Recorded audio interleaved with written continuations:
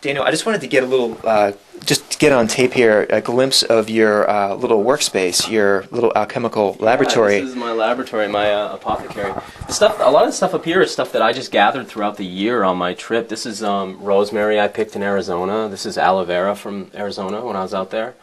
It doesn't need to be refrigerated. Yeah, they'll just dry out, you know, as long as you keep them in a place out of the direct sunlight and just let them dry, you know, turn them over from time to time, yeah, they'll dry perfectly.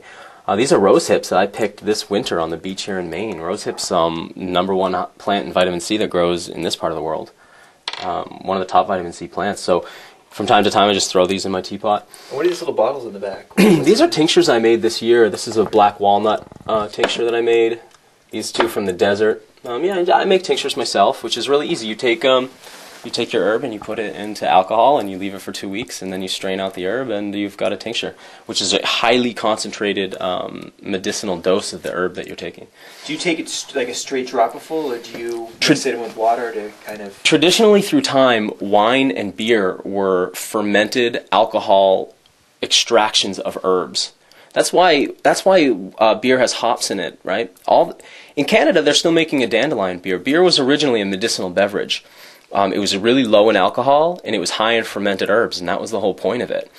The alchemists are the first ones who discovered like pure spirits. They would distill out alcohol, and they created spirits.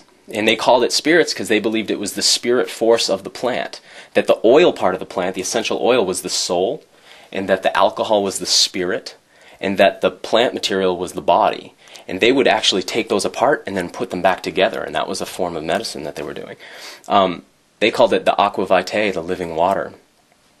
What they would do with that is create tinctures. So you take the pure alcohol and you put herbs in it, you soak them for 2 weeks, you strain that off, and then that's what people were getting drunk on. So the whole idea of partying with alcohol started off in a healthy way, just like eating sweet food didn't start off with sucrose white sugar. That was, over time, the demand for cheap and the obsession with white, clean, clear substances.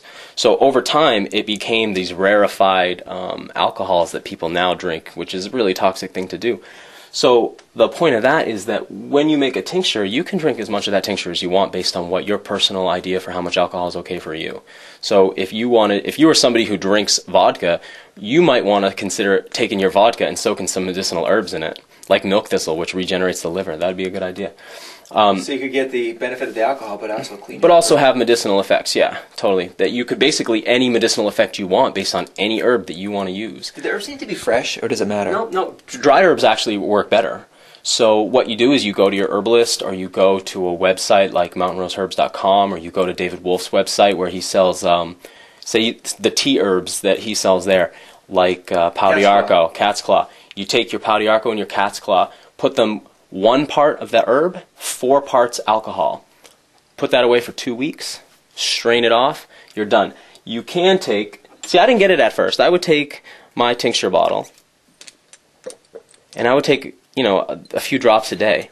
And then I realized what was really going on with it, and now I know I can take as much as I want to.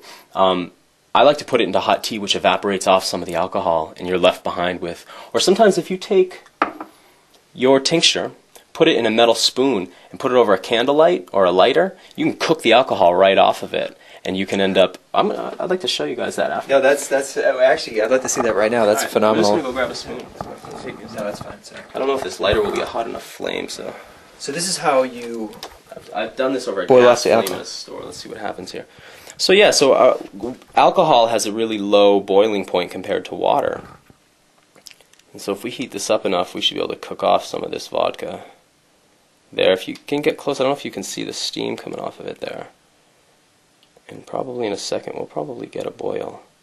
There it goes. So this is like a 1-minute technique to... I would do this over a candle flame, or over if you have a gas stove. And what's happening is the water's being left behind, the solute, all the medicine from the herb is being left behind. There it goes, and the alcohol is leaving. So if you're somebody who doesn't want to ingest alcohol, you can just cook it right off.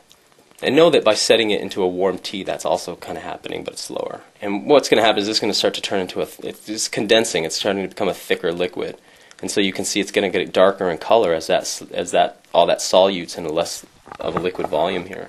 Wow, that's So what we're phenomenal. left with there, because this was vodka that's 40% alcohol, 60% water.